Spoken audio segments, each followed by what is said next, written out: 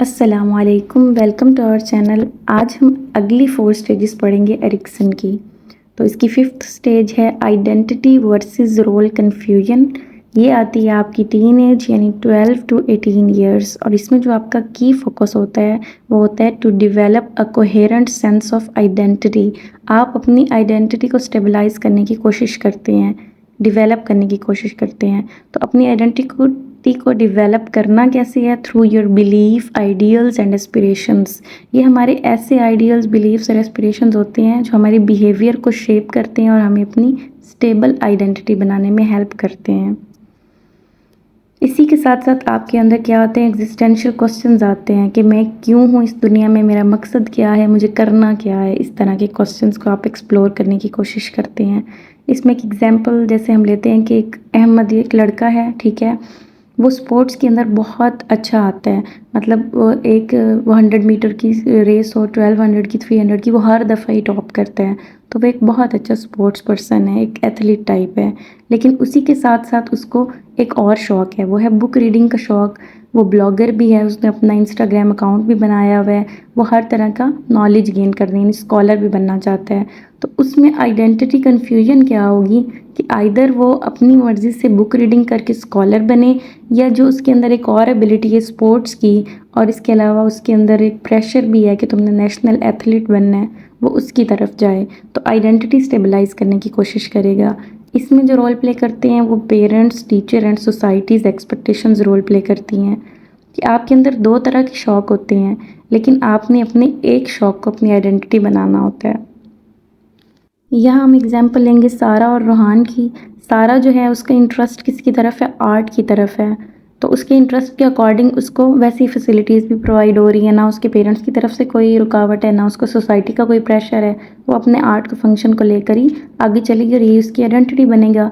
जबकि दूसरी तरफ जो रोहान है उसको क्या है? उसके अंदर एक जुनून है साइकिलिंग का।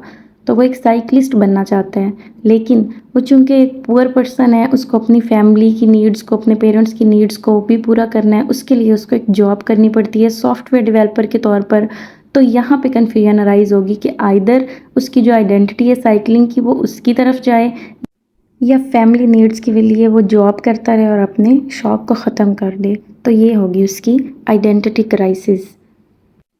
और यहाँ जो वर्चू डेवलप होता है वो होता है फिडेलिटी का।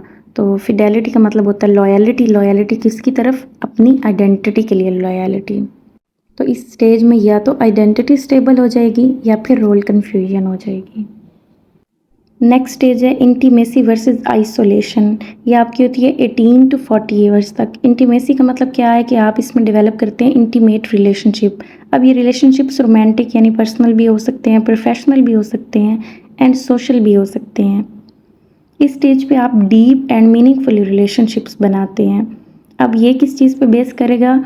अकॉर्डिंग टू एरिक्सन ये 5th स्टेज पे बेस करेगा कि अगर आप 5th स्टेज के अंदर अपनी आइडेंटिटी को स्टेबलाइज कर चुके हैं तो आप एक अच्छे रिलेशनशिप्स बनाएंगे। और अगर आपकी स्टेज वो अच्छी तरीके से डेवलप नहीं हुई तो आपके अंदर रोल कन्फ्यूजन रहेगी और आप आइसोलेटेड रहेंगे। आप अपने रिलेशनशिप्स अच्छे तरीके से नहीं बना सकेंगे। यहाँ जो वर्चू अराइज होता है वो होता है लव एंड इंटीमेसी, यानी आपके रिलेशनशिप के अंदर लव एंड इंटीमेसी डेवलप होगी। नेक्स्ट स्टेज है 40 ईयर्स टू 65 तक, जनरेटिविटी वर्सेस स्टैग्नेशन।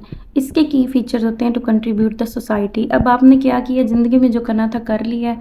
अब आप बस ये सोचते हैं कि मैंने अपनी फैमिली के लिए कुछ करना है या इस सोसाइटी के लिए कुछ करना है। आप सोचेंगे कि जब मुझे कुछ हो जाएगा या मैं मर जाऊँगा तो फिर क्या होगा। तो आप उसी के लिए कोशिश करते हैं। आप अपने बच्चों को, अपनी फैमिली को एक अच्छा फ्यूचर देना चाहते हैं और सोसाइटी के लिए कुछ ऐसी यूज़फुल एक्टिविटीज़ करना चाहते हैं ताकि जो आपके मरने के बाद आपको याद रखा जाए। तो यहाँ का जो वर्चू है वो है केयर, यानी कि आप केयर किसकी कर रहे हैं? फैमिली की और सोसाइटी की।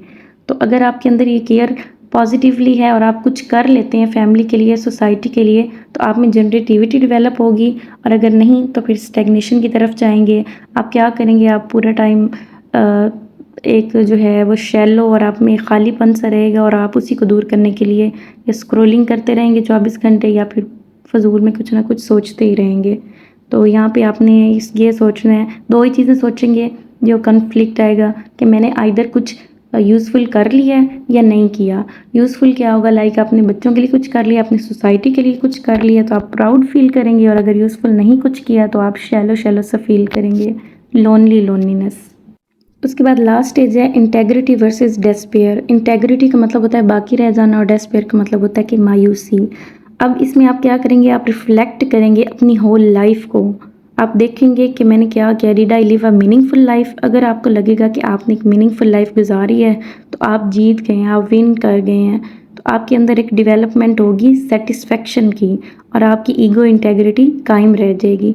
लेकिन अगर आपको लगेगा कि आपकी ज़िंदगी में सिर्फ रिग्रेट्स ही रिग्रेट्स हैं, जो आपके बिलीव्स थे, आइडियल्स थे, आप उसके अकॉर्डिंग कुछ नहीं कर पाए, तो फिर आपके अंदर एक डेस्पेयर या मायूसी डेवलप हो जाएगी जिसको ख़त्म नहीं किया जा सकता।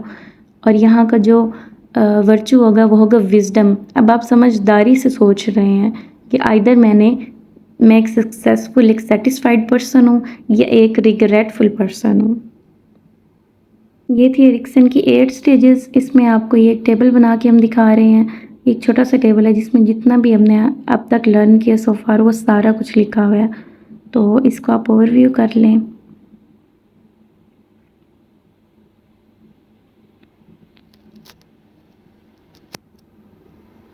I hope this information is enough for you. Now, please subscribe our channel, like my video and share it. Thank you for watching.